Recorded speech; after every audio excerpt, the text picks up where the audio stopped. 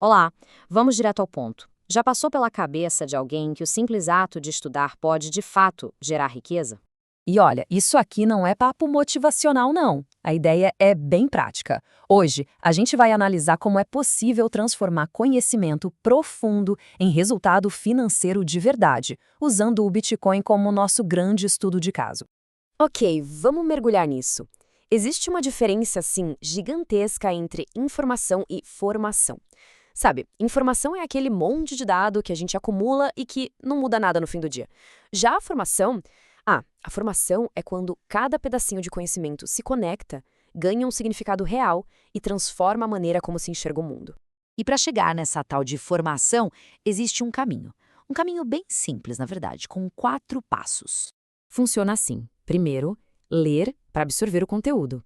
Depois, meditar sobre o que foi lido, sabe? Deixar aquilo assentar.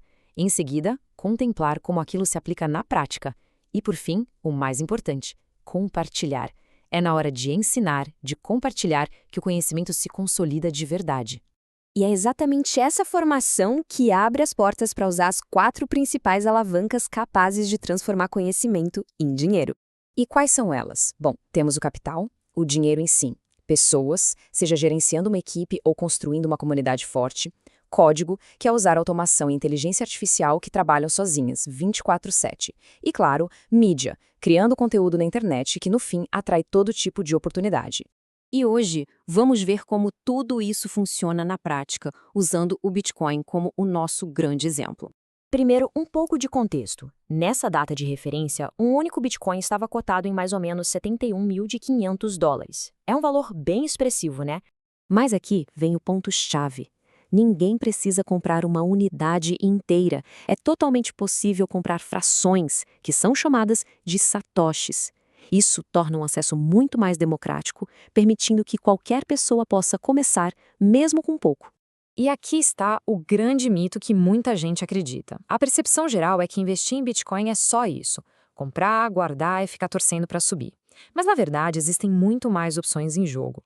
Dependendo da análise de mercado, existem basicamente 3 caminhos. Estar comprado, o famoso long, que é apostar na alta. Ficar líquido, ou seja, com o capital na mão, esperando o melhor momento para entrar. Ou estar vendido, na posição short, que é uma maneira de lucrar com a queda do preço. O mais interessante aqui é justamente essa posição de venda. Se a análise indica que o preço vai cair, dá para lucrar com essa queda. Essa operação, conhecida como short, permite ganhar com a desvalorização do ativo, ou seja, é possível aproveitar todos os movimentos do mercado, não só as altas. Então, vamos dar uma olhada em algumas estratégias bem práticas que vão muito além de simplesmente tentar adivinhar para onde o mercado vai. A primeira delas é o position trading. Pensa nela como uma estratégia de longo prazo. A tática aqui é fazer uma análise fundamentalista forte, acreditar de verdade no projeto, montar uma posição e segurar por anos. É quase como comprar uma ação da Google e esquecê-la na carteira. Outra abordagem bem interessante é o DCA, que é um jeito super disciplinado e talvez um dos mais eficazes. Aqui se cria uma regra bem simples. Todo dia 15, por exemplo, acontece uma compra automática de R$ 500, sem ficar olhando gráficos, sem estresse, simplesmente acumulando ao longo do tempo. E aí temos a entrada fracionada. A ideia é não alocar todo o capital de uma só vez. A entrada é feita aos poucos. 20% agora, talvez mais 20% se o preço cair 10% e por aí vai.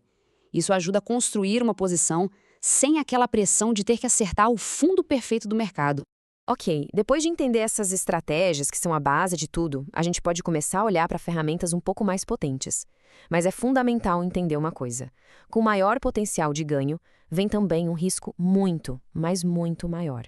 O mercado futuro de Bitcoin, por exemplo, permite operar com alavancagem. O que isso significa? Que dá para controlar posições 10, 20 ou até 100 vezes maiores que o capital investido. Mas o aviso aqui é muito sério, isso é extremamente arriscado. Uma pequena variação contra a posição e pronto, o capital todo pode ser liquidado.